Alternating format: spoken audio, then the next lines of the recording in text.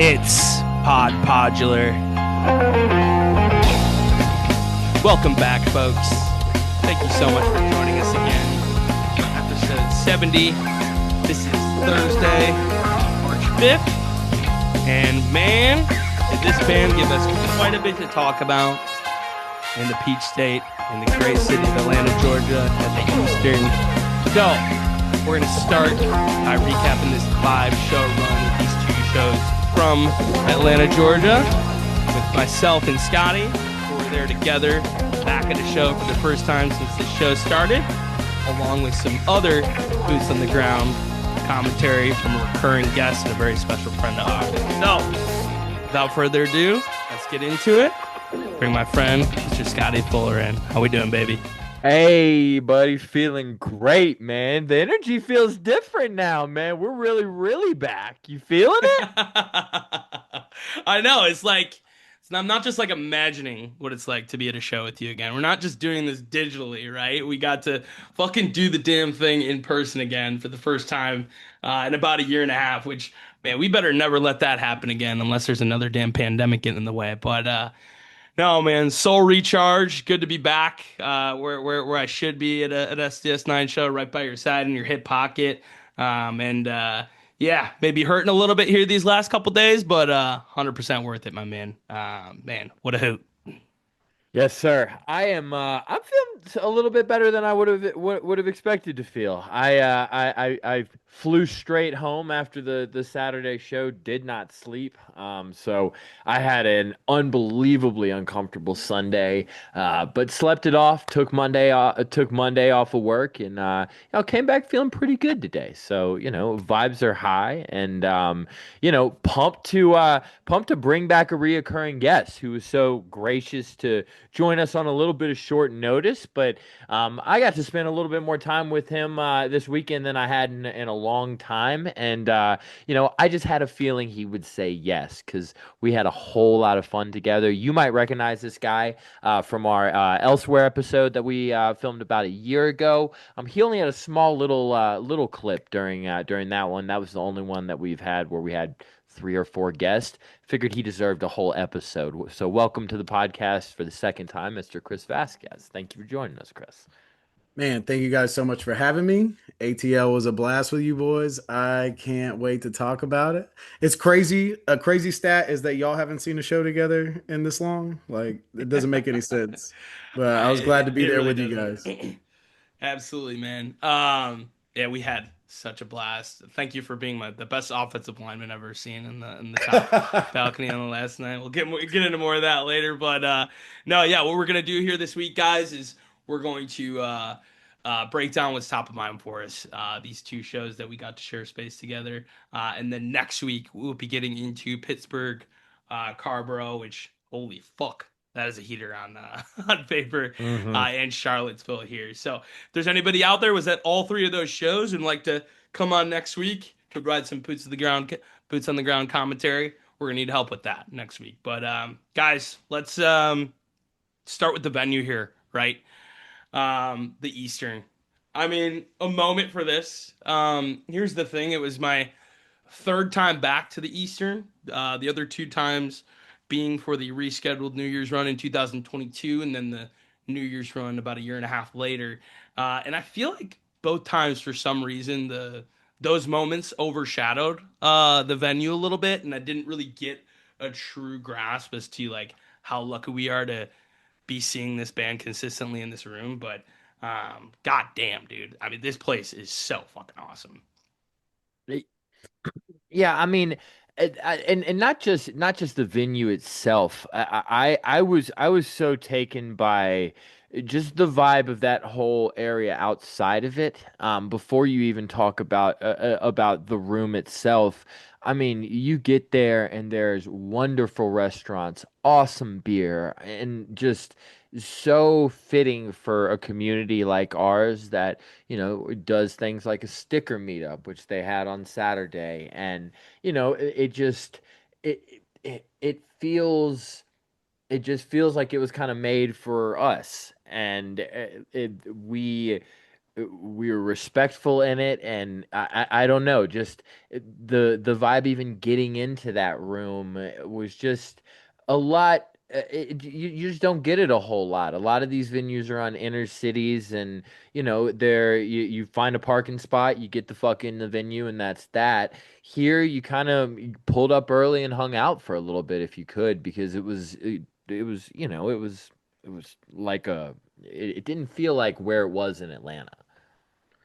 The No, Eastern, I every time I talk about that place, it's so special. And when we made that transition of the band playing the tabby, it was kind of a hard pill to swallow, right? Because we were mhm, used to being there for so long, so yeah. many Hmm. memories in that room.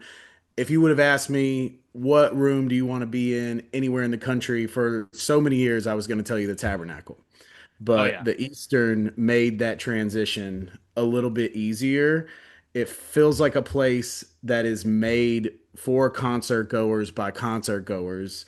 The fans that make it chilly, the no wait for the bathroom, no wait for the bar lines. If you guys, I don't know if you guys noticed, anytime you're against a railing, there's a little ledge there to set your drink on. Like little those small Yeah. details make a huge difference, and the place is Sure. amazing. Oh, the ledges for sure. That is definitely one thing. But like, I mean, just look at this place, right? I mean, you walk in, right? And this level right here is the ground level, right? You don't realize that this is like a dugout venue and there's a floor area, but I'd be willing to bet the majority of the people and the attendees of the concert are situated upon the first mezzanine and the back like raised like Coliseum theater like seating, right? Like that's what it feels like, and like the way it can spread out a group of humans, a couple thousand humans, where you're able to read the energy of the room and look around and kind of see how everybody's vibing and have an incredible sight line from everywhere you're at. It sounds good everywhere. Shit, it smelled like mac and cheese in there on Friday night, Scotty. I remember getting a whiff of that, but Yeah. And I don't know why, because the kitchen's not down there, but this this place from top to bottom, it is absolutely fucking frigid in that yeah, place. we didn't take The our hoodies off either night, did we? No, I did for a while, and then I had to put it back on because I'm talking second set where like everybody is usually disgusting. It Yeah. is cold in that place. So Hmm. shout out to the AC and the Eastern, because I've that's something I've never experienced. I mean, my biggest complaint is I can rage out two sets in a row and not break a sweat. not quite burning the calories that you typically are. I like It's that. wild, man. It's so cold in there. Man, I mean that spot that we had the first night, Scotty, first row, center, mezzanine, Looking feels Alana like dead in her you're, face. yeah, it feels like you're just on a hoverboard watching them with nothing in front of you. You got some good leverage with that the bar in front of you, the rail in front of you, and yeah, I mean being able to put some popcorn chicken on the ledge and get into that before the show is incredible. And then that spot that we had the second night, talk about that. It was like on Uh, accident we ended up in up there. yeah, I mean, Chris. So where were you the first night? So the first night we were in the top level. Like if you're looking back, we were to the left. So we were on Zach's side, about 4 or 5 rows up, but in like above the middle mezzanine and in the top Okay, area, right? And we sure. and we camped out there that whole first night Hmm. because our crew of like 18 to 20, maybe more, we were the only people in that row. We had Nice. gotten there early to see Lotus, and so all of us were able to hold down that spot, and we just mobbed that row all night long. Again, chilly, not a bad spot in the house, sounds impeccable. We had so much fun that night, and then the second night where we met when we met you guys, we were at the very top. Yeah. Still By that bar on the incredible. top left. Yeah. Yeah, still incredible. A little closer to the kitchen if you want to grab some food. A little closer Hmm. to the rooftop if you want to make a quick exit during the set break. And it's still sounding great in there. Yeah. I And to be mean, clear, you should always grab food at the Eastern. Yes, the with those lemon pepper wet chicken bites that first night, those are pretty fire. I'm glad you brought up Lotus. I almost forgot that we saw them too. That's how good the STS9 shows were. But man, yeah, talk about a high octane opener. I think the first night the highlight was that Greet the Mind to end the first set. That was pretty fucking Hmm. sweet. And they did a cool cover. Oh yeah, the Heads Will Roll, the 8-track remix. That was pretty Hmm. fun. So some solid sets from Lotus too, but man, I miss Mike Rempel. I just gotta say that. Totally. It had been over 10 years since I had seen Lotus, which blew my Wow. mind. Yeah, yeah, no, it was crazy to me. And so I definitely had to see that entire set the first night and accomplish that.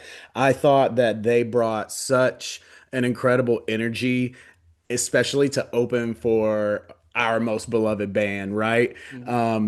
Just so different than than a DJ set or whatever.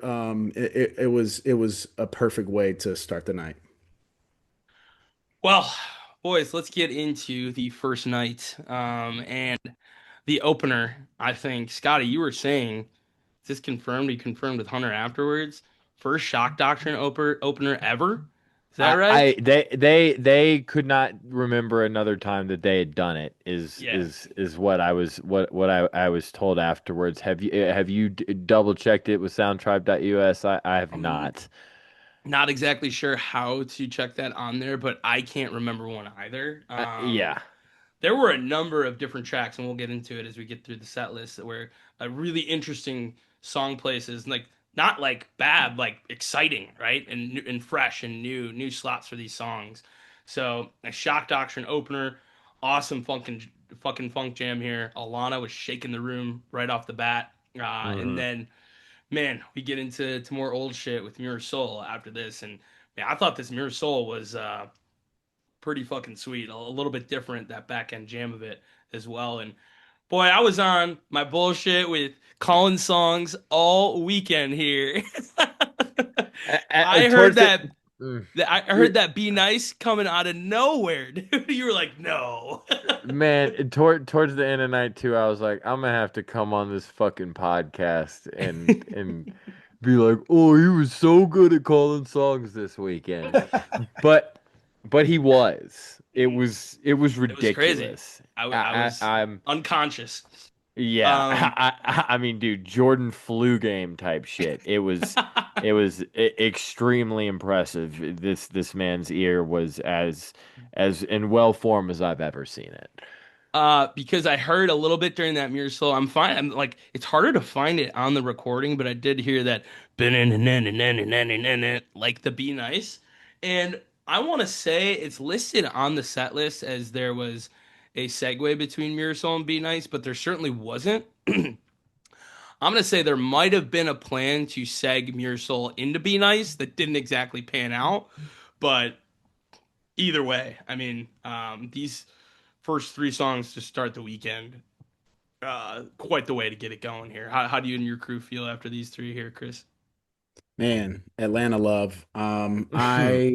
I had been obviously keeping an eye on set lists throughout the run since New York and or Boston rather, and just kind of in the back of my mind wondering what we were going to get. Muir Soul was definitely one that I was hoping for and thinking that was a possibility.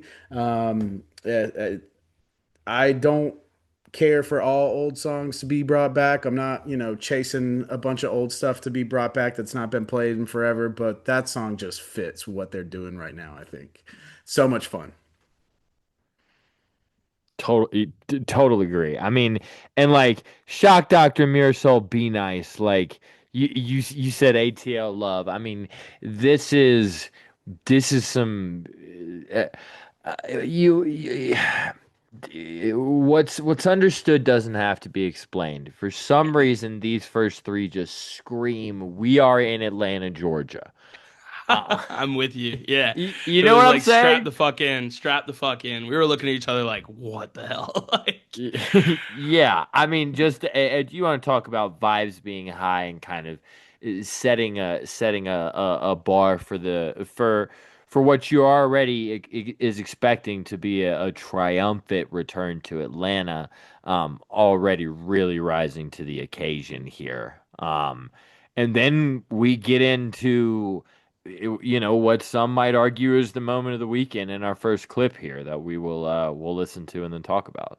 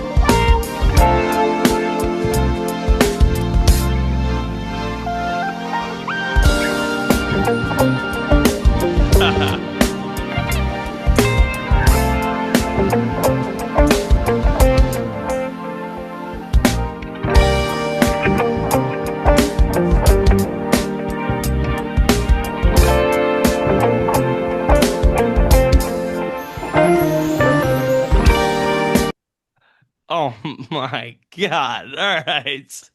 So we're hearing Reminisce D and B. Come on, bro. As if Guys, the ceiling this for these tracks didn't seem high enough. This was a special moment. Yeah. it, I it mean, we're getting Scotty, go ahead. no, go ahead, Chris. You go ahead. So we're getting to the world into this drum and bass break that Zach is just so prominent and so upfront, and Alana, and they're just Yeah. carrying it so much. And I love this band so much for their ability to do this. But if you notice, like when we started the clip, it's like Hunter and Phipps exchanging these really subtle, like really just dreamy, and that's what. And but Zach is being a monster, and so Yeah. it's this dreamy drum and bass that's like, oh my, you just can't deny it. It's incredible. Mm. And then that transition into Reminisce was 100. I'm not saying that Reminisce is my favorite Soundtribe song, but I am saying that I think in the year 2026, it is my favorite Soundtribe song being played. Hmm. I there's an argument for that, man. You're not crazy. And then like something like this happens where their Phipps is mixing in that "ba-na-na-na-na," like and you're like, Yeah, oh, it could go there. Like and Gorgeous. there is also there's just something there's these moments, especially live, that like you almost get angry at how good they are, and you're just like, oh. And like this is just a 5 minute version of that. Like every time that dun dun hits, I'm just like my knees get weak. Like Yeah. it like makes it gives my body a physical reaction how good this song is live. Yeah. Um, I yeah, man, it's amazing. Me and my friend Mr. Peachtree are big fans. I'm glad he made an appearance. Yes, man. Those things are so fucking cool in person. I'm glad I was able to get one for Gina. But Peachy the yeah, plushie. man. That's what grows on peach trees in Sector 9 land. Peachy the plushie. I like it. You This just clip them right off. Yeah. I had to get two. I got one for my wife, which is currently residing on my head, and I got one for my son, and I took the little clip off, and he shoots buckets with it in his basketball goal. Oh, hell yeah. Love Yeah. that. Man, but yeah, I mean our knees were buckling during this one, Scotty, and we just kept like hitting each other in the chest during the rest of this reminisce, which was just like so like fucking they just nail it every fucking time. And every time they play it, it seems to get better. So now to see them playing around with some drum and bass transitions with it is great. And yeah, this is my moment of of night one for sure. So yeah, we start off with four old tracks in this first set, and we think we're probably due for some newer stuff. So yeah, after this reminisce, we get into another big bass in here, another 10 plus minute big bass. And I know Chris, this was one that you liked on your list here too, right? Yeah, Big Basin was big. I mean, and we've seen him do this. I mean, I remember specifically you and I, Nate, seeing the one at Camp Elsewhere, but this one that night was being talked about and within our crew for sure. It was huge. Yeah, and Scotty, like we've been waiting for the big basin similar to the one in Chicago in 2024, and like this one trended to that a little bit more. Like the one from the Mission, I think got really dirty and dark, right? This one maybe a little bit more on the airy side of things towards the end, more melodic. But yeah, I mean, great execution. I think it goes really well in this first set, and then end things with oh, no, well, two more songs here. I think we all thought the first set was over after this when the dust settles, right? It's like Oh, absolutely. A really cool When the Dust Settles. That song feels really good in Atlanta.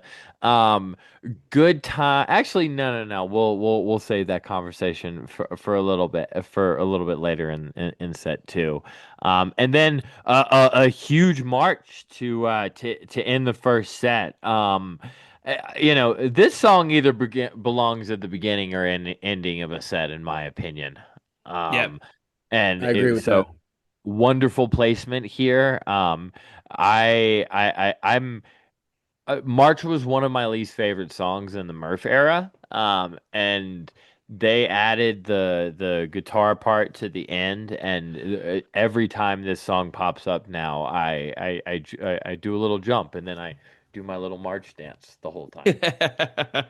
We I'm with you, Scotty. This used to be a skip for me, even early in the Alana era.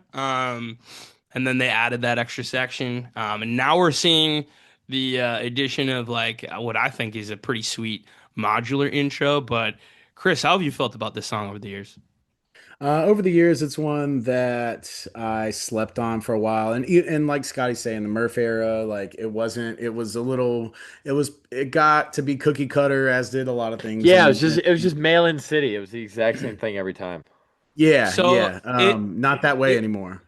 it was March, Simulator 2012, and one other Mod, song. mod. Mod. Yes, those four songs played all the time, which one thing is like, where's Simulator gone? That's my favorite out of all those four. That was one even back in the Murph era that I feel like I liked. But this one seems to be the one that they've fucked with the heaviest throughout. And Yeah. lately, they've been playing the shit out of it. So great way to end the first set.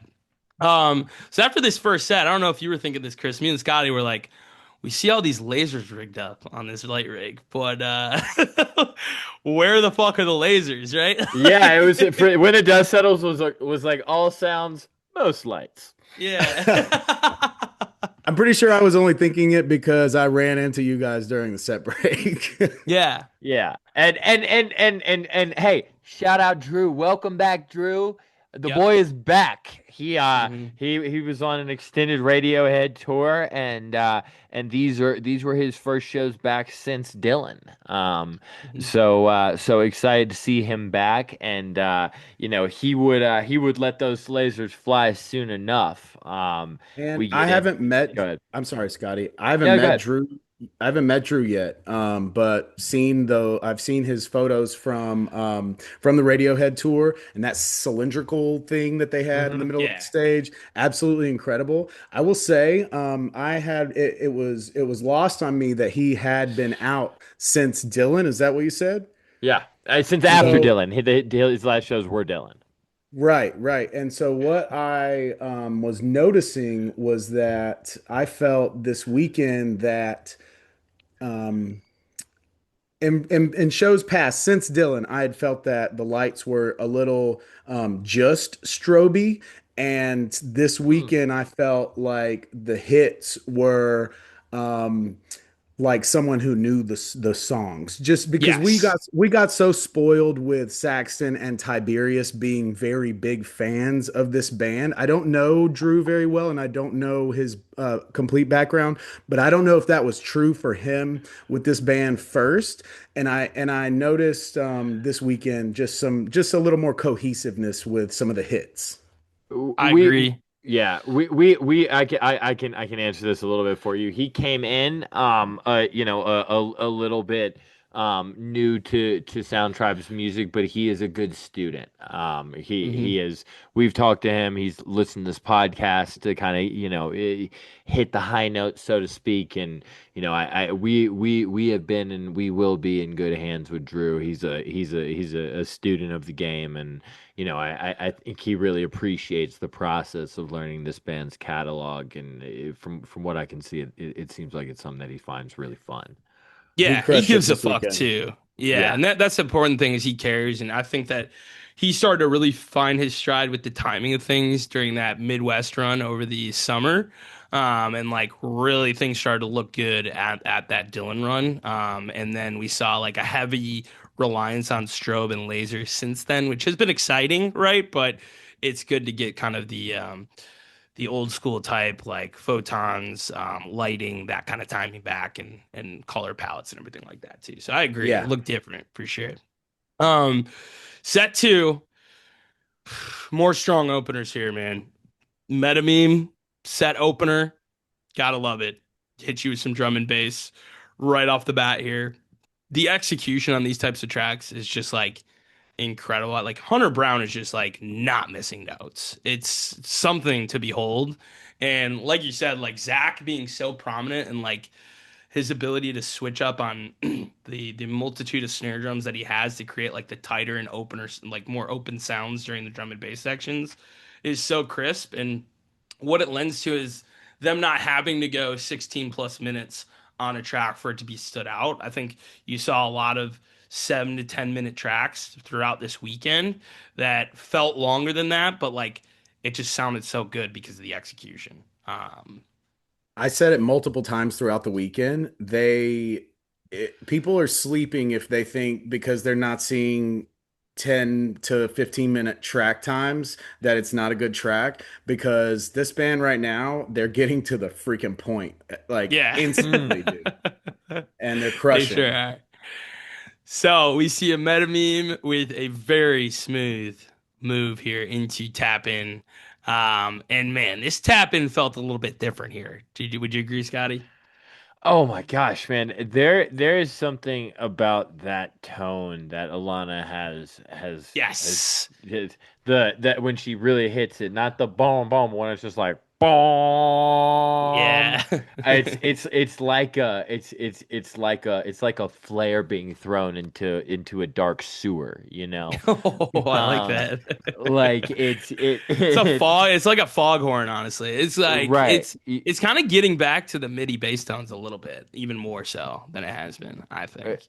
Absolutely, and I don't know how long it's been since the last tap in. I feel like it might have been a minute, or I might just have a bad memory. Either one is equally as possible. But man, another song that just feels like it belongs placed in Atlanta somewhere. Yep. Most of my favorite tap-ins are in Atlanta. Yep. Yeah, the last one had been at Dylan actually. So on my birthday, Ah, August 31st. So uh, it'd been a minute for sure. Um the moment when it broke down and the lasers hit that crowd pop, that was something else too. yeah, Um tap in lasers. That was cool. yeah. If you would have shown me this set list beforehand and told me to guess the song that the lasers come out in, I think tap in would have legitimately been my last guess. I Um, probably would have said, yeah, when the dust settles, probably. for But sure. But what that's why they don't pay me to make these decisions because it was awesome. yes, it was. Those And the more, lasers and sorry guys, those lasers and how they're positioned in that room is another reason why I would even recommend people to explore that venue to see them from a different perspective, different yeah, vantage point. yeah. The first two times I'd visited this venue, I'd spend pretty much all my time on the floor. I'm typically a floor rat. You guys both know this. And because I was with Scotty, probably was part of the reason that I was more prone to be up in the second level for these shows. But like, yeah, it basically cuts the venue in half, like where like you're seeing like that whole floor kind of in like a laser cage, and Yeah. then like the top layer up above the Coliseum seating, and just like I don't know, you get this vantage point when you're coming out of the bathroom on the right side on Zach's side, and you can see like the mezzanine, and then you can see under it and above it in the stage, and you realize like how creatively the space was arranged in this venue. And the lasers certainly help with that. But moving on to the set list, License Symphony and Unity, it's all right. I think a little bit of a different one here, Sky. This one seemed more modular focused as opposed to like Yes. HB ripping focused, and I thought was a nice little take on it. This was a great example of what you guys were just talking about with these songs feeling longer than they were. This song felt like it was 20 minutes to me. Mhm. Looking at this on paper, I'm dumbfounded that it wasn't at least 13. There was something about the pocket of modular that they found in this, and I have been on record of applauding every single one of these versions of the song that's been played.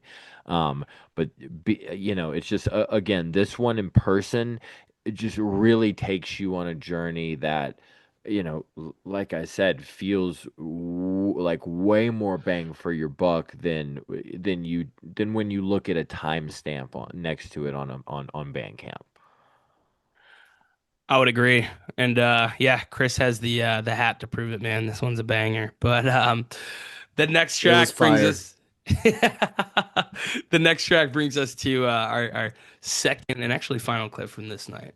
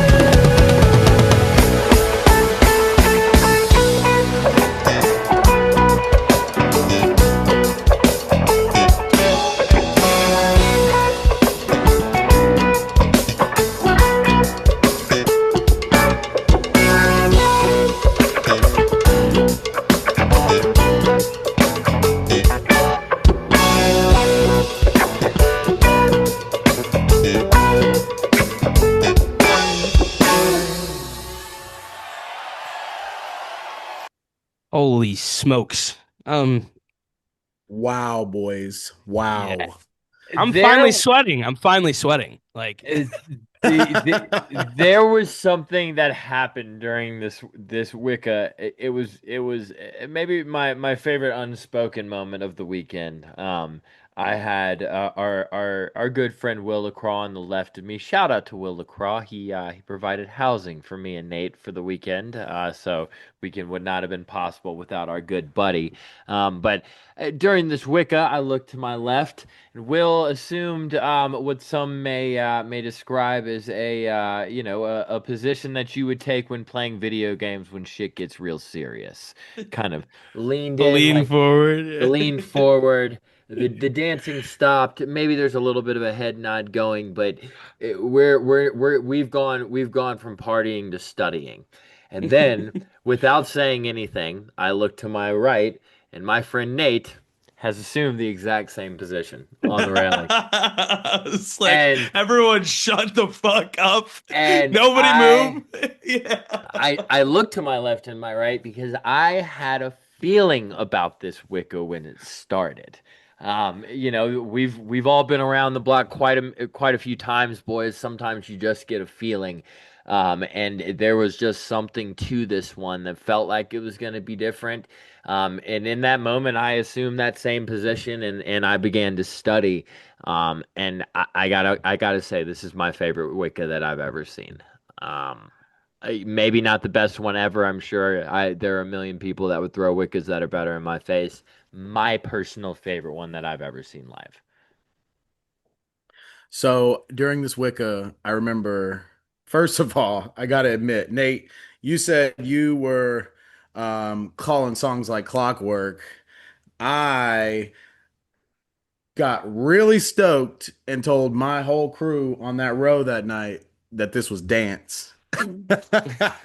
Oh, bro, wait, we're Oh, forgetting something. oh yeah, yay! Embarrass yourself.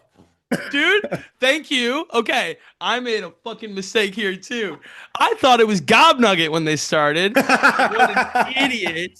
And I go to Scotty and I was like, $10 says that they finish it. And Scotty goes like, I look at him, he's like, what are we talking about? And then he realizes he realizes I think that it's Gobnugget, and he's like, "You're on, buddy." Like, and I'm like, "Wait, hold on, this is Wicca."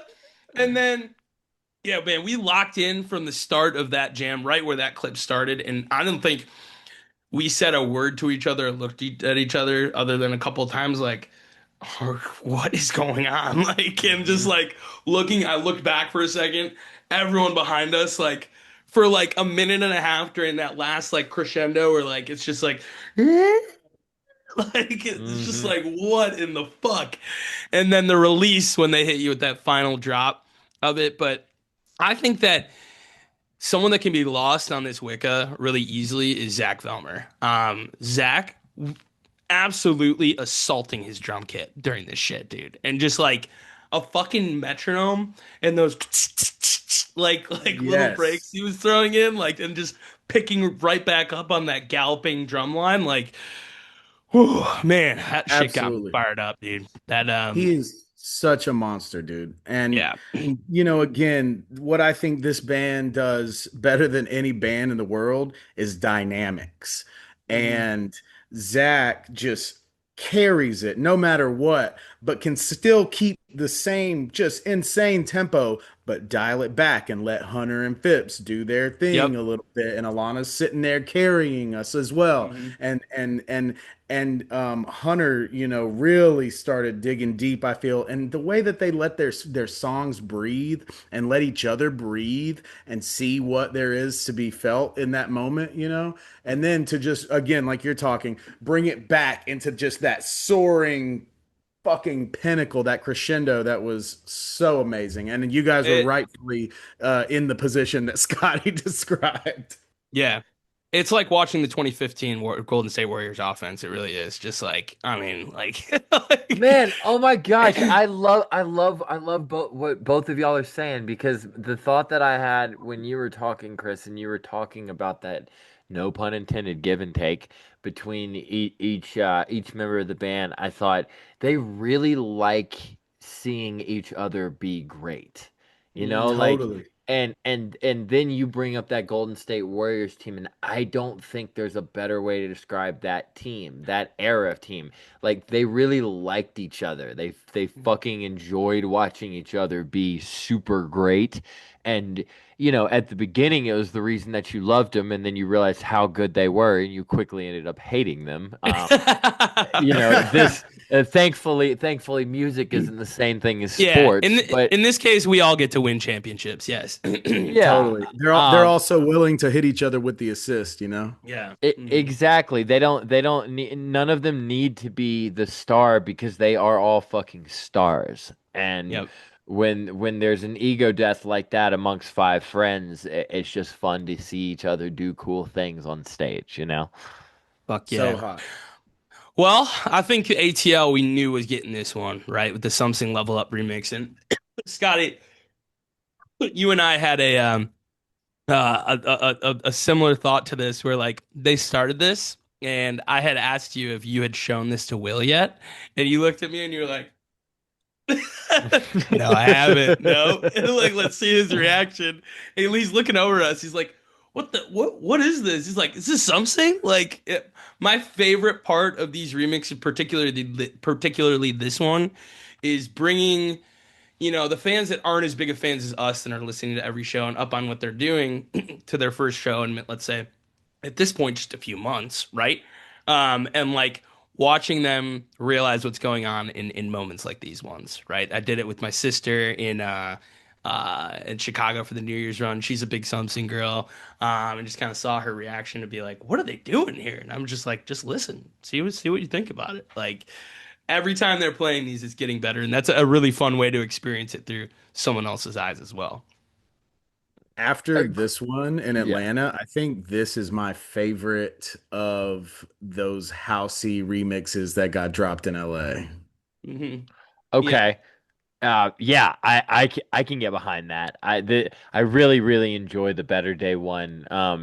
Didn't get to get the Better Day remix, but did get the this is my got the Better Day remix here in Colorado. And as well as the Something remix, and then this is my second Something remix. This song really pops the fuck off in a room, man.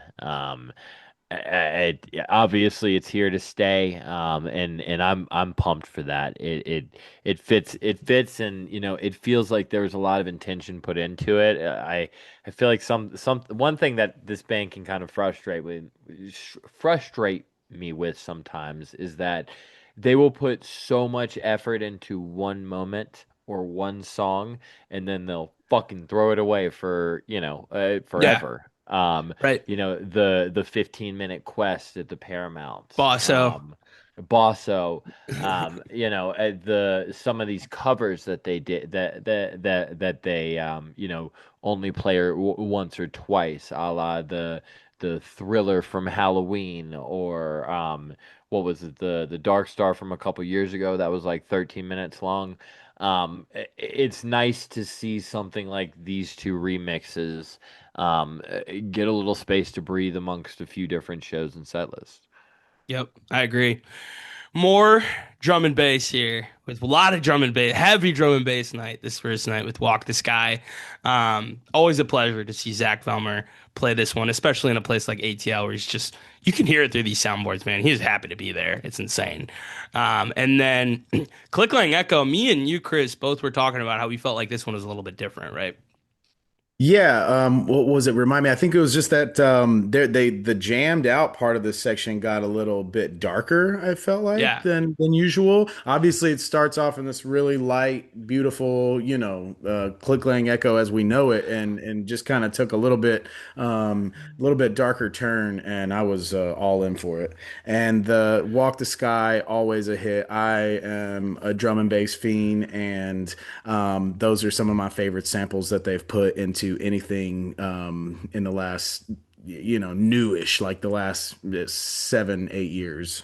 Yeah, I agree. Very cool, like housey samples into a drum and bass Yeah. track, which is really cool to hear. But a lot of people, me and you, couldn't really put a finger on it, but a lot of people were hearing ABC's teases during this Click Lang Echo too, which lends right into the longest track of the night, almost 14 minutes with this ABCs. And yeah, again, Scotty, I think we talked about it last episode. I feel like I'm waiting for them to kind of do something a little bit different with this track, but with the ending of it, I like it as the last song in the second set with that like big rock ending and everything like that. Sure. Yeah, for sure. It's another song. It kind of like kind of like March, where I said it either begins at the beginning or the end. I guess you could call it a bookend song. I totally agree. I think ABCs is another great example of a bookend song. One note about that Click Lang Echo, and I could be completely off base here. I felt like they kind of ran out of time on it. Um, Yeah, I don't know because how. they know that ABC's is 14 minutes. Yes, I It's and like pretty spot on 14 minutes now. So, and a lot of these yeah, click-clang echoes have been like 12 or 13 minutes. So I feel like right. the ripcord was pulled a little bit for sure. I agree. I don't know how else to really describe it. I just kind of feel like there might have been like an oh shit moment where they Zach looks up at the clock and goes, we got an ABCs left, you know? Maybe I that's why they started teasing it. They're like, all right, let's get into it. yeah, Like, don't I could forget, don't forget. uh-huh. I could be totally off base there, but I that's one of the first times I've ever noticed something like that, and I was just like, huh, I wonder if that's what I just witnessed. Yeah. No, it's interesting. It's a good point. Mhm. And then I think a noteworthy part is, man, Zach titled tracks are back on Bandcamp here, starting with the show, I think in Pittsburgh. We saw that for the first time. Is We Pittsburgh 4.0? Are we in the 4.0 era now? I'm wondering when the amount of Zach tracks is going to eclipse the amount of Murph tracks, and we're going to start to see that above. Hopefully, we see the day where that becomes something. But I think it's really good to see that, man. I think like here and there we've seen some of these Zach speeches end up on soundboards, but I feel like the ones you tend to want to hear again are the ones that don't end up on the recording, right? I Totally. agree. I would put these in the same category as the soundboards. I think we need to release the Zach tracks, every single one of them. Bet Th- like go like go back and just release all of them. Yeah. I mean, at this point, we're probably at a 99% redaction rate on these Zach tracks, and Mhm. it's an insult. There have been some absolute stellar ones over the Mhm. years, and I'm all for going back and providing context to what's happened in the past with all of Zach Velmer's antics on the microphone. We close out the show here with the B Pulse. How do you Mm. guys feel about this encore? It's my least favorite thing that they've been doing over the last few years is a B Pulse encore, if I can be honest. I don't Um, know. I I don't hate it. There I could choose a lot of other ways that if I'm writing the set list personally as a fan, I might want to end the show and in other ways. Um, I totally echo what you guys are saying on keeping the Zach tracks though. We need the one from St. Louis if you guys it got X. Yes. Oh my God, it's fucking hot. I'm pretty sure he told us to go mental nuts. Yes, that was it. Go mental nuts. Let's get chocolate wasted. Yeah, release the Zach files. Let's go. But Um, I don't hate B Pulse. I get where you guys are coming from. I just think the energy that song has, maybe could be placed elsewhere in a set. I yeah. don't you guys me quite yet. I haven't said how I feel about it. Oh, sorry, Um, Scotty. no, wait, don't assume my B pulse identity. Um, Je- Jesus Christ. Does it be good some good pronouns, B/pulse. Yeah. these last All pulse right. is hilarious. All Yeah. right, no, I actually agree with Nate on this one. Not fully agree with Nate on this one. I wouldn't say it's my least favorite thing that they're doing lately. I just feel like aside from a second song, it does leave a lot more to be desired, especially on a night one like this that Yeah. I would say is on par with not all of, but most of the Eastern shows that they've played up to this point. Yeah. Um, and I think if you were to argue this against a lot of the other shows that they've played in this venue, this encore is kind of where it falls apart. Yep. If you've got a B Pulse Wicca, which we have seen happen before, Right. Or even uh, a B-Pulse Circus like we saw in Grand Rapids right. last year, right? Like I like B-Pulse. It was a song I was chasing for so long. It Hmm. took me so much time to get it, and then they've kind of seemed to the same thing that happened with me in Circus a little bit, where I started to hear it a little bit too much, right? And then just like night one encore is typically something high action, right? Something high energy. You think like a four-year Puma or something like that. Um, and it's just a trend that isn't my favorite of theirs in the last few years. With as much drum and bass as we got this first night, there was only one direction they could go, I think. That's fair. That's That's true. fair. That's true. A down tempo one, but I think we're all in agreement that there's a number of down tempo ones that they could have hit that probably would have gone down a little bit easier. All right, well, fellas, I think MVP night one, Zach Velmer. Are we pretty on on par with that? I think Alana had a big No, night too. no, Or Hunter what do Brown you for think? me. It's Hunter I Brown for me. feel like Hunter. Well, we'll talk about night two, but like, Just because he's an MVP night one, it doesn't mean he can't be MVP night two. that's fair. That's fair. It's always such a hard choice for me, but just because of the structure of the songs and the as much drum and bass as what we got and high intensity, high tempo, yeah, I would give it to Zach. Hmm. All right. Well, let's move on to night two, which I mean, before we get into it, like we're gonna spend most of our time clip wise on this night because man, night one was good, but night two I feel like was one of those fucking nights, and just had the feeling before the show here too. Go over to Scotty, they're about to take the stage. I'm like, home park interludes, Peachtree, right? I mean, Hmm. it had to be, right? Um, Yeah. but I mean, another gripe too, if I may, right, is like, where is our extended peach tree? I feel like I talked about it last week. If there was any weekend we were gonna get it, it was this one. So it's just like at this point, it's like waiting for the other shoe to drop, right? So I don't know. What are you guys' feelings on it? I I mean, totally agree. all of Mr. Peachtree's children were in the building,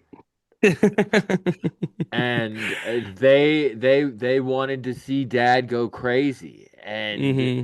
it's not because Peachtree's a great song. I mean, it is the original something. It is ABCs. It is any of these songs that as songs don't need to be improved, but man, would we love it when they do it. And with Peachtree, yeah, for sure, in Atlanta, night two, Saturday night, essentially the opening track, the home park interlude is just an extension of Peachtree.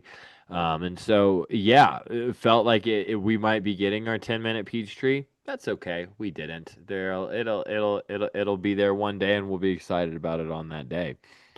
And then we get into our first clip from night two here, and then we'll run that back in a second.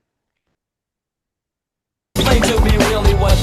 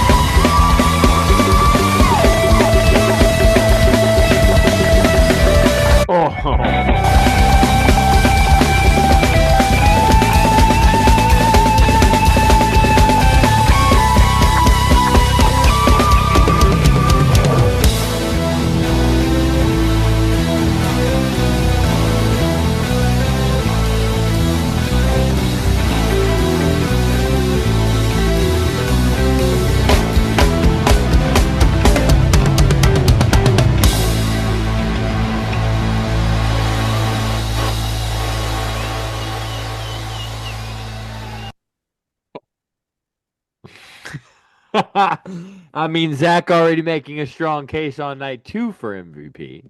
Hey, I think that's a Hunter Brown masterclass though. I, But I that but those that last minute and a half. I mean, just it is unbelievable that there are only four arms playing percussion on that section. I I think it agree. speaks to both musicians, absolutely.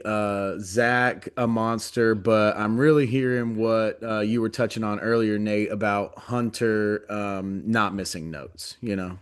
It's just he's taking so many risks and hitting us with so many arpeggios that we've never heard, and like not so much like a structurally different take on the song, but like where it's just opened up for a few more measures for him to like fuck around a little bit more, right? Like I wouldn't necessarily call it a jam, right? It's just like he just has more space to just like I don't know, man, like just like main character energy flowing through him, and like it was almost like this show had two starts to it, right? You get the home park interlude and the Peachtree, and then they kind of hit the reset button with this. Really, what? Like anytime they play really what this early in a show, and it not being the opener, I feel like it's like okay, like that was a cute little opener, but who's ready to get the fuck down? Like, Yeah, it was That's like home park. Sorry, Scott, you can go ahead. no. I want to hear what you have to say because I have a question to pose to two of you after you finish. I thought it was like Home Park and Peachtree were the interlude, right? Because we're mhm. so used to also seeing really what like open a show or begin the energy, right? Yep. And so yeah, I totally feel that vibe. Also, like you're talking about Hunter having a little more space, maybe you wouldn't call it a jam. And yeah, hitting those little arpeggios, I saw you dancing, Nate. You hit it with the little like move that he hits, and those The things shoulder sometimes. dip, yeah. Yeah, the little shoulder dip, and man, these in this really what a couple of them just really hit. It's not in this clip, but like the first half of it is like Hunter Brown is really doing some different stuff in the first half of it, and he's like so laid back in the cut during the first 5 minutes of it, and then like knows when to like kick it up a fucking notch at the end of it. Yeah. Almost, but I posed this question, and I don't think I need to say this, but I still will because we have never said a bad word about Peachtree on this podcast. That being said, is Home Park Interlude Peachtree is that a forced opener?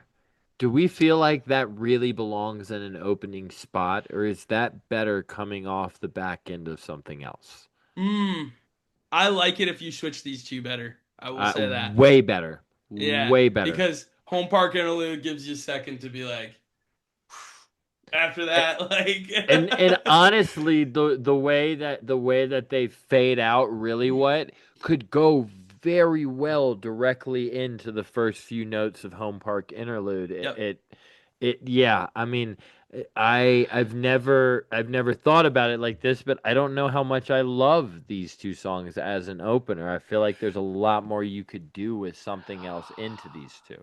I tell you what, it would have made this Menacer make a whole lot more sense too. Because for me, this Menacer wins the award for most weirdly placed song in a set from this weekend. Um, that felt forced a little bit, and I like when Menacer is a little bit longer. I don't like when they cut out certain different parts of it too, but it would have made more sense coming off a Peachtree as well. I think if you take Menacer out of this first set, you've got a perfect set. Hmm. But I hear what y'all are saying about. Sorry, Nate. no, go ahead. I was done. I hear what y'all are saying about the placement of Home Park Interlude and Peachtree. If in any other city, I would probably totally agree with you. I got no problem with it. Night two opener in Atlanta. And of Good course point. that's why they did it. Yeah. I think that makes perfect sense for the occasion. I just I think I think I guess there are more innovative ways to use those two songs. I feel you. I feel you. I can agree. Well, after that Menacer, that gets us into our next clip here from night two, which we started the show with a little bit, but man, we had to give it its full due here.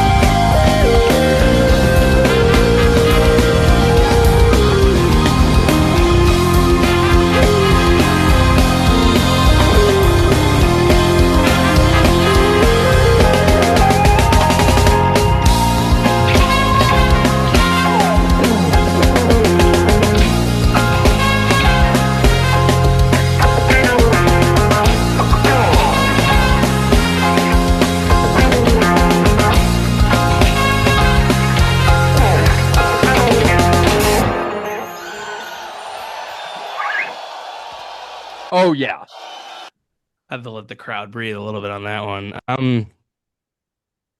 Woo! business time. High key, it might be a top three song for me after this weekend. I mean, I feel like it's one that flies under the radar for me quite a bit. But it's just it brings something out of me, man. It makes me want to run for fucking president. Like, I don't know. I would vote for you, sir. No, man, I don't think that's a hot take. I do agree with the, it is one that is great, is so great, but somehow does kind of you forget about this one until it pops out, and then you're like, oh yeah, this song is awesome. dude, they Maybe just started because we and you're don't hear like, it so often. yeah, yeah. I'm looking up when the last one was. I mean, it's criminally underplayed. I'll tell you that much. But I feel like every time they play it, it's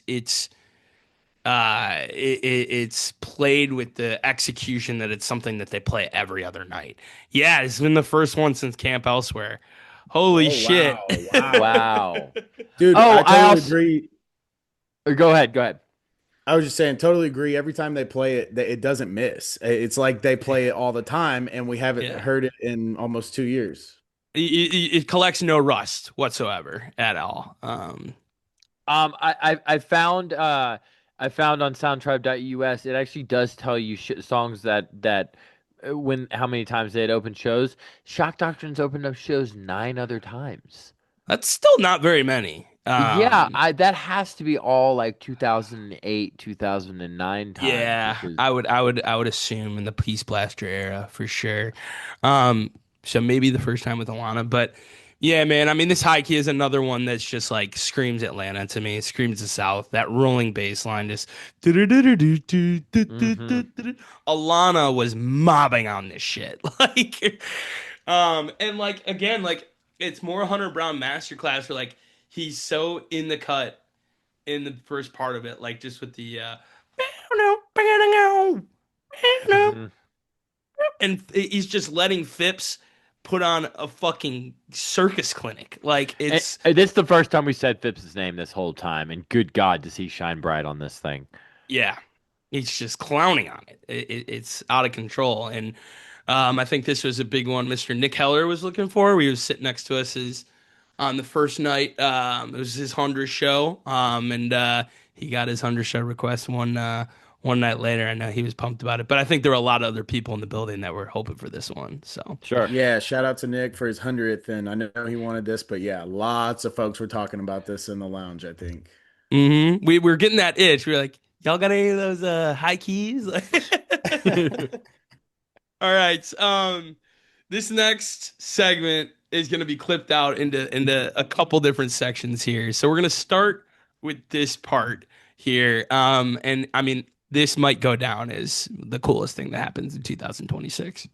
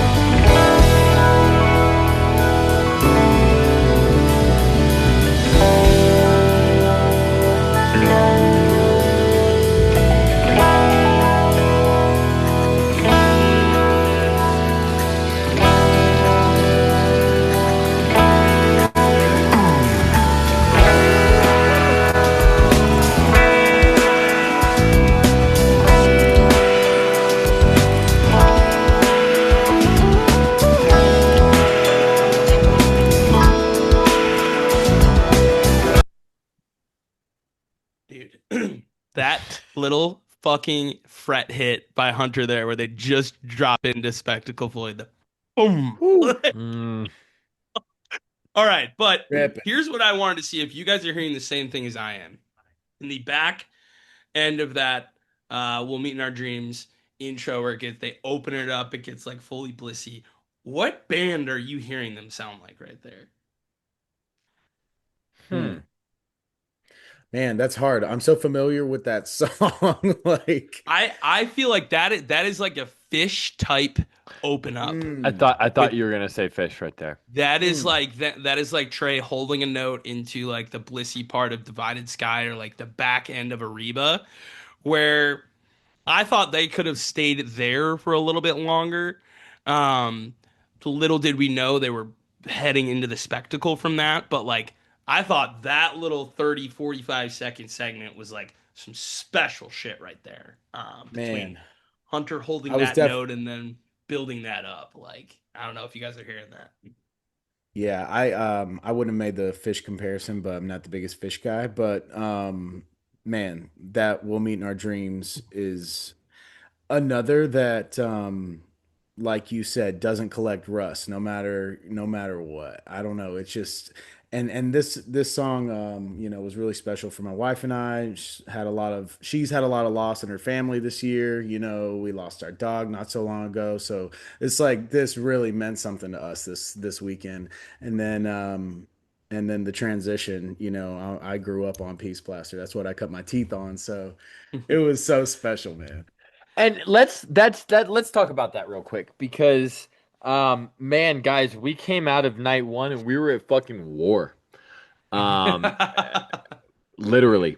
No way around it. That's what had happened. And am I crazy with this first set? I mean, really what? Question mark. Like, kind of get the Atlanta hat tilt out of the way and let's get down to business. Really, what the fuck are we doing? Minister, we'll meet in our dreams into the spectacle, into we'll meet in our dreams. Yeah. I Let turned. Go Yeah, ahead. go ahead, Scotty. No, go ahead. I was gonna say I think I turned to you, Nate. And getting back to your hot streak this weekend, I said, are we getting a protest set right now?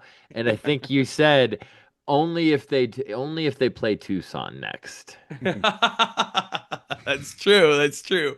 Well, let's finish this clip right here because what unfolded in the second half of the spectacle here back into What Me in Our Dreams was something else.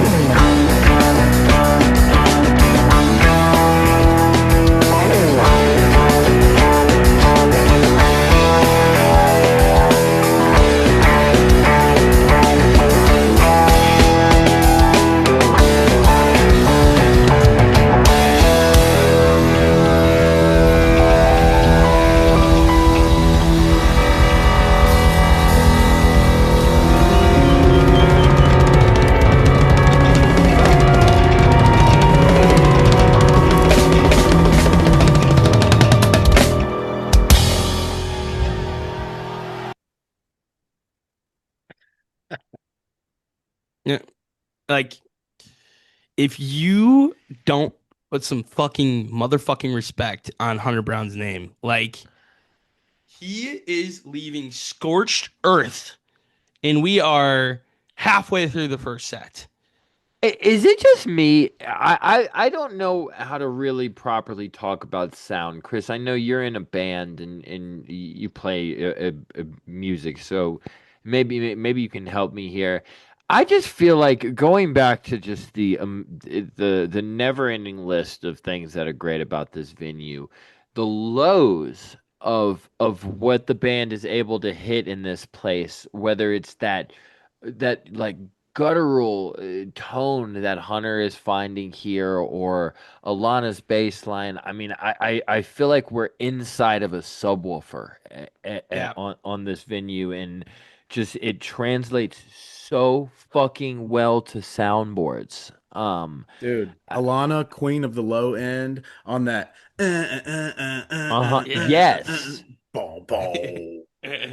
Crazy. It sounds like it's like wrapped in duct tape, you know? But It's then like Hunter's hitting that low too on the wow, wow, right. wow. Yeah, totally. And Hunter throughout this is, oh my God. Yeah, like you said, put some respect on Hunter Brown's name. I mean, he And the interplay between him and Phipps too, and they're trading off "We'll Meet in Our Dreams" and spectacle lines too. But oh yeah, and then And Phipps right there at the end, hitting those, the melody and spectacle, and then yeah, doing that dark walk down, that yeah. was that was amazing.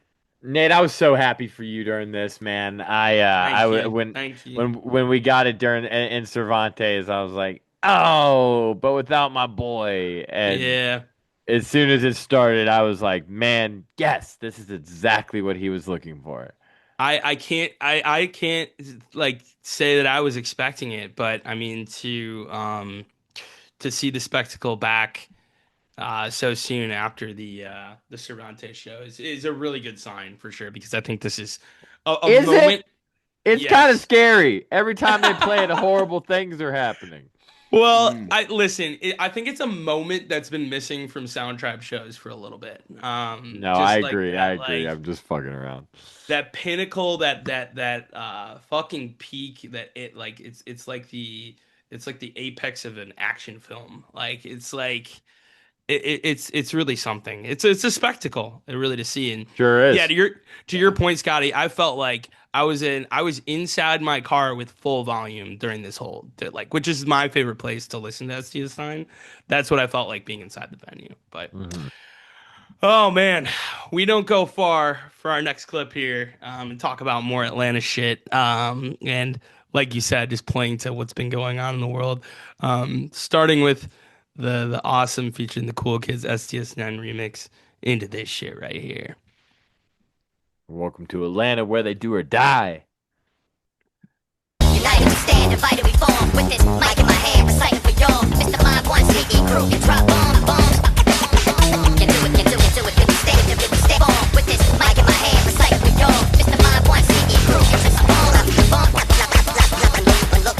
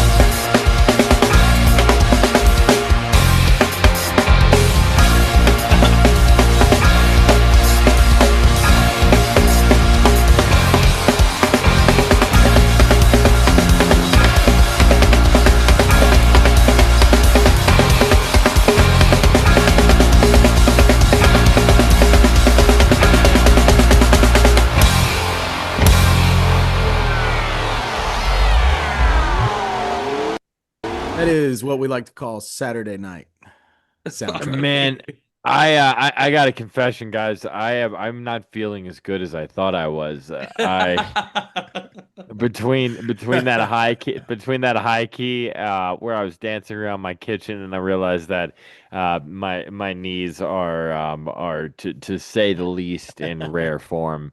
And then during that I found myself doing the same like fist pump punch thing that I was doing on Saturday night, and my shoulders hurt so bad just from whatever happened during that clip.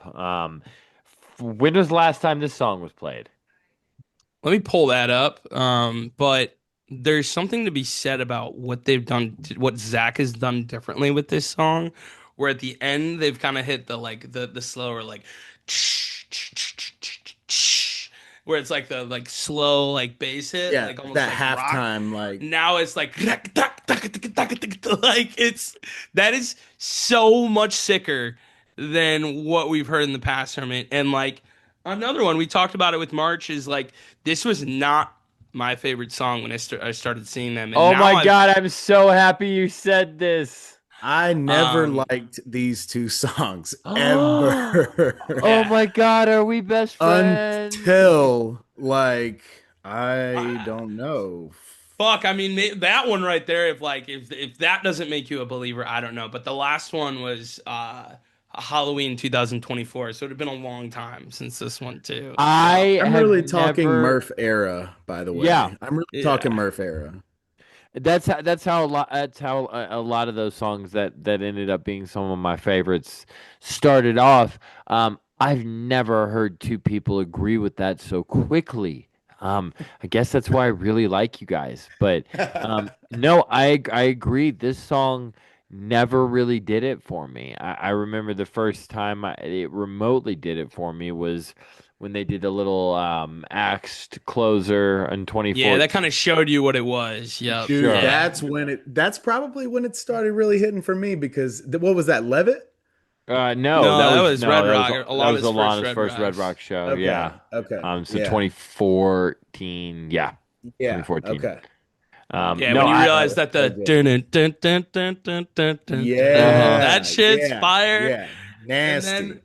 they seem to have like I feel like it hadn't been that long since I've heard them played it, but like in recent ones, they seem to almost like redo those samples, like when like Hunter like repatches the samples. Yeah. Where it's Oh like no, if he's definitely chopping them different. yeah, if you weren't impressed with him enough during this set on the guitar, then he puts his guitar down and fucking does that shit. Like it's fucking crazy. I don't know exactly how it works. I know he doesn't have a fucking turntable up there, but like how is he making this happen? Like and yeah, it has to be completely reworked from the last time we've heard it because I've never heard it like that.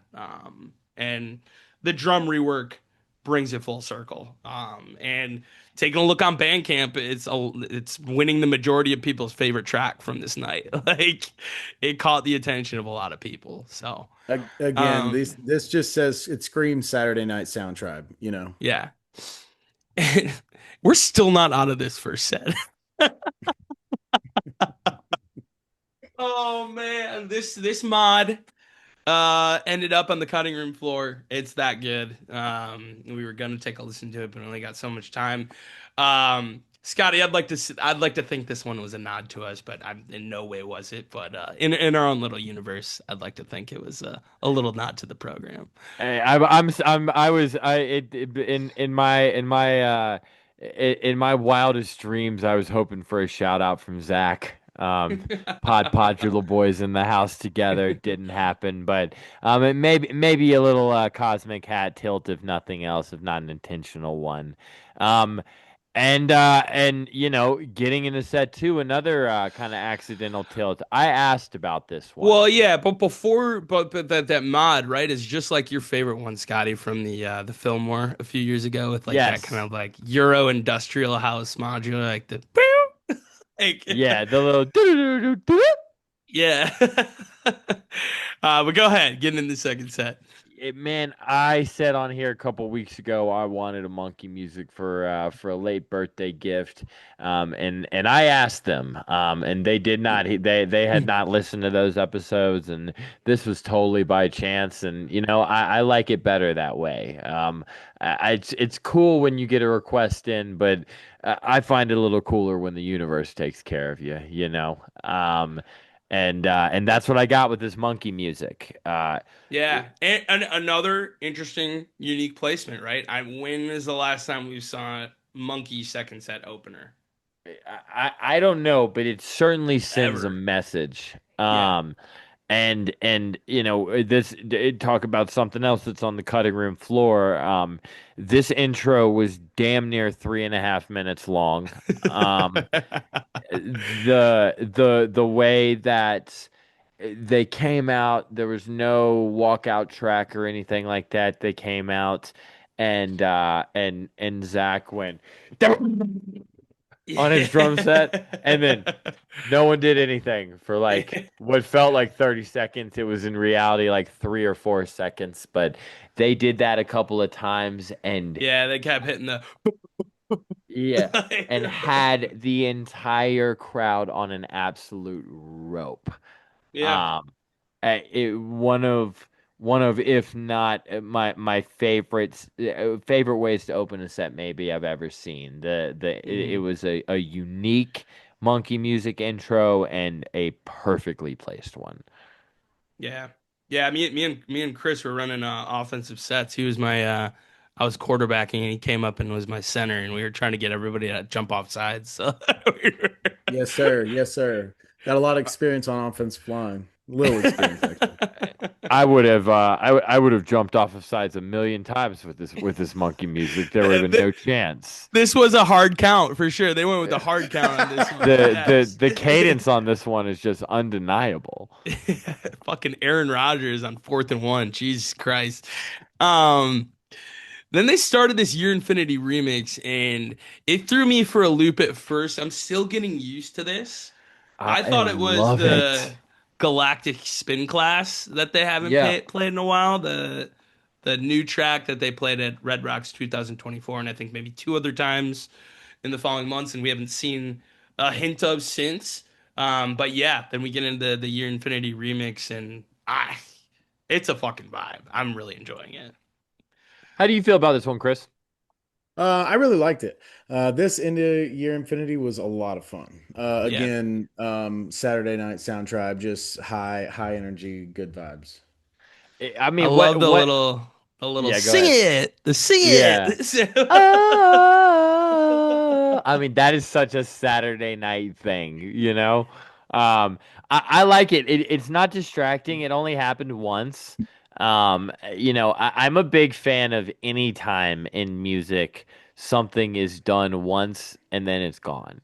And Hmm. it makes it that much more special. They don't beat you over the head with the sample. It's just enough to add a little bit of blissy bubbly type fun. I don't Yeah. have any problem Yeah, with it. And yeah. then I think there's a lot of folks that don't care for it. You know what? Grab your girl, dance to some disco, and have a good time. Yeah, my message to those people is like when the Q-tip starts to hurt in your ear, that's when you're supposed to stop. You're just giving you've obviously suffered from brain damage because you just don't allow yourself to have a good time. So that's all I say about that. But A- um, And then Year Infinity. This is the like we can talk about the song in nauseum. yeah. It belongs anywhere. It can do whatever it wants. It goes wherever it wants. And if your girl is around when it comes around, be careful. And then I had another call. I was like, they were in the middle of that Your Infinity, Scotty, and I was like, an Inspire would feel so good right now. I was over your shit at this point. I was like, nah. And you talk about Your Infinity fitting really well anywhere, especially before an Inspire. Just more Saturday night shit here. And then maybe we get into Beyond right now. More Peace Blaster here. And this is where they've been playing the song a little bit more recently, and just to give Jeffrey the opportunity to hop on the vibraphone, I think is always cool to see, and that's my favorite part of this song when they play it. But I'm waiting until we get that drum and bass break back that we saw kind of around 2017, 2018 with this song. But yeah, another one where like the more like flawlessly they execute it, the more you realize like this is a cool fucking song. And I'm with it. But Another one that a lot of people don't like, or it's not their favorite. Chris, what was your first soundtrack show? It was mine, wasn't it? We had the same Yeah, one. yeah, yeah. March 2010 at the Lyric in Oxford. Tomorrow, well, by the time this drops, it'll would have been yesterday. But fuck, what year is it? This is like 16 what is years. this? 16 16. years, 15, 16 years, something like that. Your SoundTribe fandom can now legally drive a motor vehicle. That is crazy. Um, but yeah, so both of our first soundtrack songs that we saw live, always will have a soft spot in my heart for it because of that reason, if for no other reason.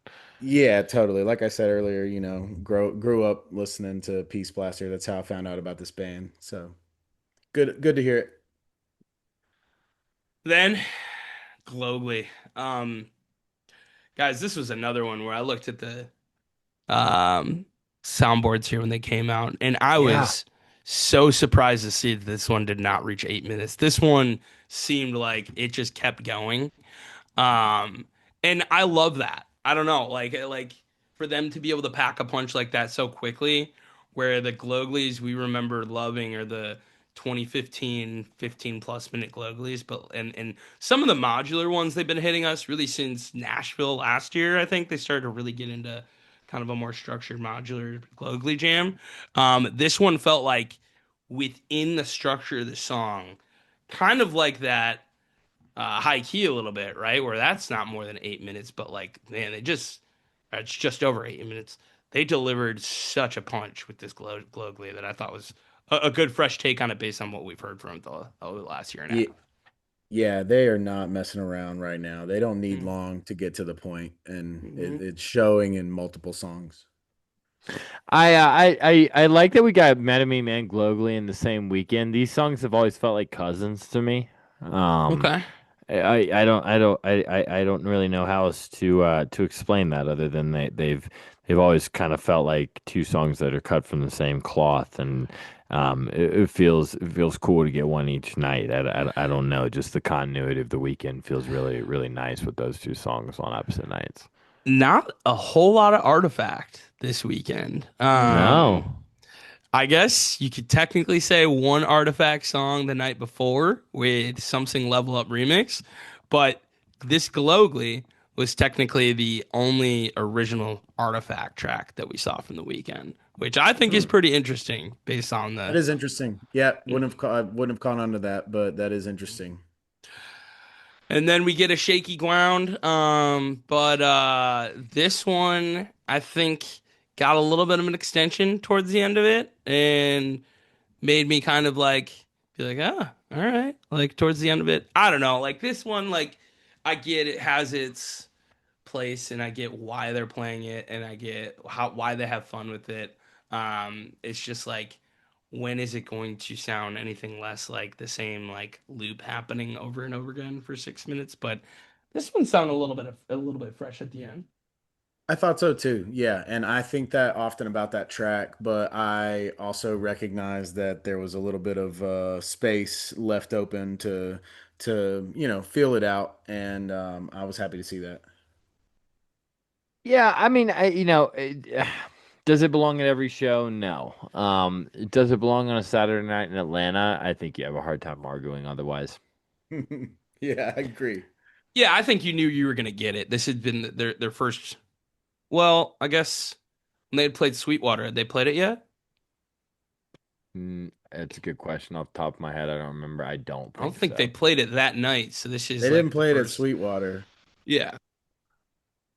So this is like the first opportunity for them to properly play it since being back to Atlanta. So we'll give it to them. But yeah, for our next clip, we'll get into the only TUI song that was played all weekend as well, which these are just some really staggering, weird stats, but this was a nice little segment.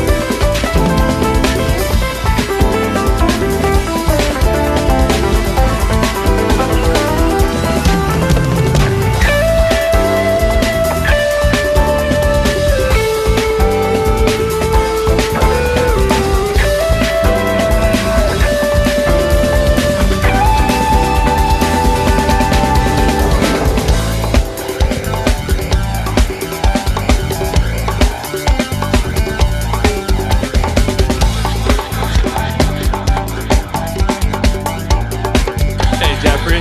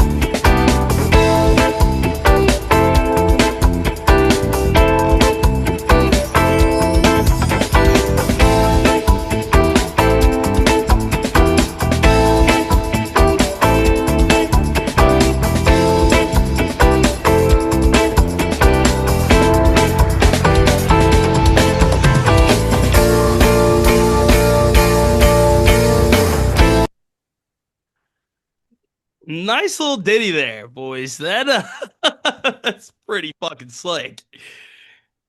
I mean, Oh, Sun, Moon, and Stars. It turns 10 years old this year, and I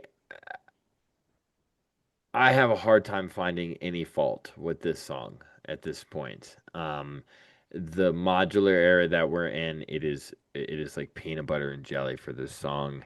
Love Don't Terrorize, it speaks for itself. This was a another song. This actually is older than Sun, Moon, and Stars. This song turns 12 this year. This was a early standout in the Alana era, and to see these two paired together, set closer like this, super high energy, bubbly modular. This is an absolute exclamation point on the weekend, and one of my Yeah. favorite moments. Yeah, yeah, sound tribe. a really nice pairing. A kind of callback to that era a little bit. And like what this transition reminded me of percussion wise was what we heard between Enceladus and Frequencies from Boston. Like just like so fucking crisp from Zach, where like Jeffrey kind of like bridges the two of them together, but as soon as like they cut out that Sun, Moon, and Stars modular line at the beginning of Click Lang or at the beginning of Love Don't Terrorize, Zach is just like has not missed a single beat. It was just Hmm. like created in a fucking lab. I thought it was really cool. And like, dude, there's something to be said. I mean, the production during this stretch of Shaky Ground, Sun, Moon, and Stars, Love Don't Terrorize was just all of the toys being used at this point. Rainbow, like Yeah, it I'm looked glad really you. fucking cool. I'm glad you brought up the stage one last time. I'm interested to hear what you two think about this. Man, I feel like Drew really shook the rust off after night one. Hmm. Not to say that night one wasn't awesome, but it felt like whatever he needed to kind of get back used to, he was back used to it by Saturday night. I felt like lighting and presentation wise, head and shoulders above Friday night. I felt like the growth was exponential, honestly. I totally agree. And I got to go to multiple levels that night and really see it from many different angles. And he was dialed in Saturday for sure. I'll tell you what though, that view of the stage that we had for most of that show on the second night is like Yeah. burned into my fucking brain. Like it's just like one of the coolest um perspectives I've had of an STS9 stage. It almost felt like Red Rocks a little bit, where like you could see everyone in front of you. You're totally on top of the band. You get that bird's eye view. Yeah. Um, it had the feeling of indoor Red Rocks, I feel like. Yeah, I love that.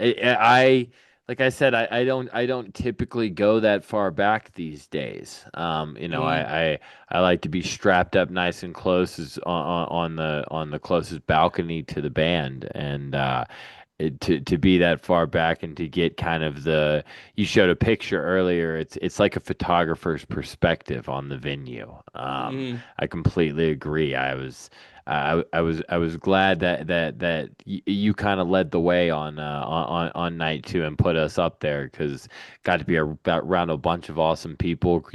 Most of this night, Chris, you were with us, and yeah, going back to not a bad spot in the house.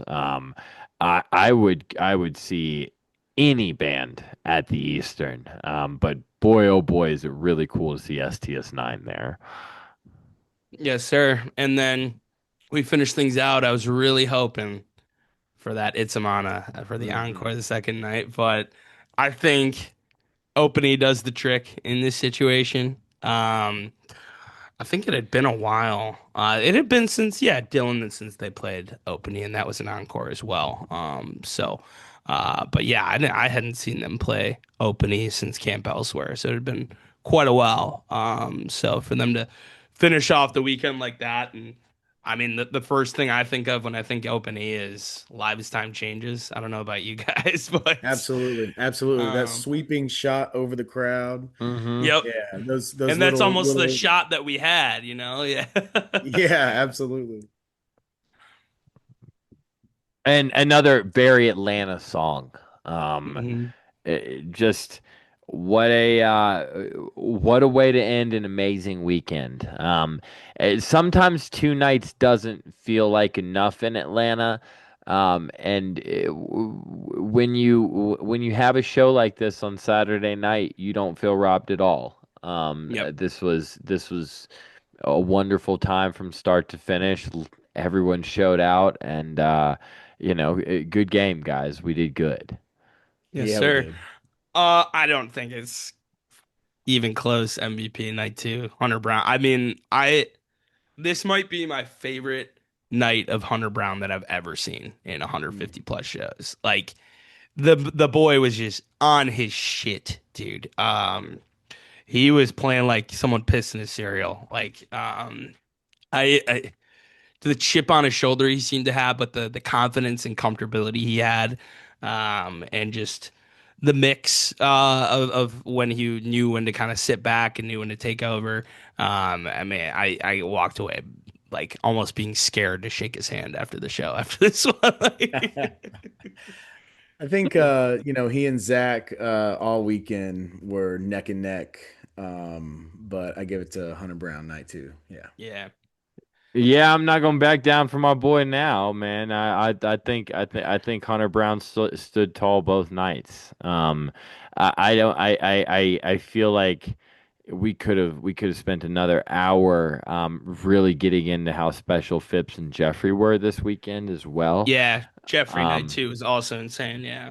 yeah, but we featured him too much for me to in good faith say anyone other than Hunter Brown. I think he stood tall in his city. Yep. Scotty, I think you had some pictures to talk through here that you sent over to me. Yes, yes. So TK is Zach's drum tech, correct? Yes. Okay, so what you were looking at here is a little boy named Atlas, and Mm. his mom, who you can't see because he's kind of sitting on her shoulder, is Hannah, and that this was what a great shot, right? But this was at the after show that all three of us, I believe, were there for. And I happened to see TK handing Atlas this drumstick and took a couple of pictures. It didn't even occur to me to ask in the moment, but I don't know if Atlas is named after the Sound Tribe song Atlas. But Gotta what be. Let's just pretend he is. Yeah, let's just pretend he is. Hopefully he is. And his mom Hannah, it was very grateful that I took these pictures. She mentioned that Alice's dad had passed away a few years ago, so Oh man. she said they didn't get too many pictures of Atlas, and what a moment for them to have. I just thought it was a beautiful moment, and one we were all very lucky to see, to kind of remind us what matters at the end of a run. Love to see that next generation of Tribe fans for sure. And hey, he's posted up in front of the big screen on the roof here. I watched a couple of songs in the second set from up there on Saturday, and like that was fucking awesome, especially how beautiful it was outside on Saturday evening. Um, as soon as they hit that transition back into Sun Moon and Stars, or back into from Sun Moon and Stars into Love Don't Terrorize, it came back down. But yeah, kid had a great weekend for sure. So Yes, sir. um, Scotty, should we talk through second half tour predictions next week? I think we might have had enough today, huh? Yeah, yeah, I think we can hold that off till next week.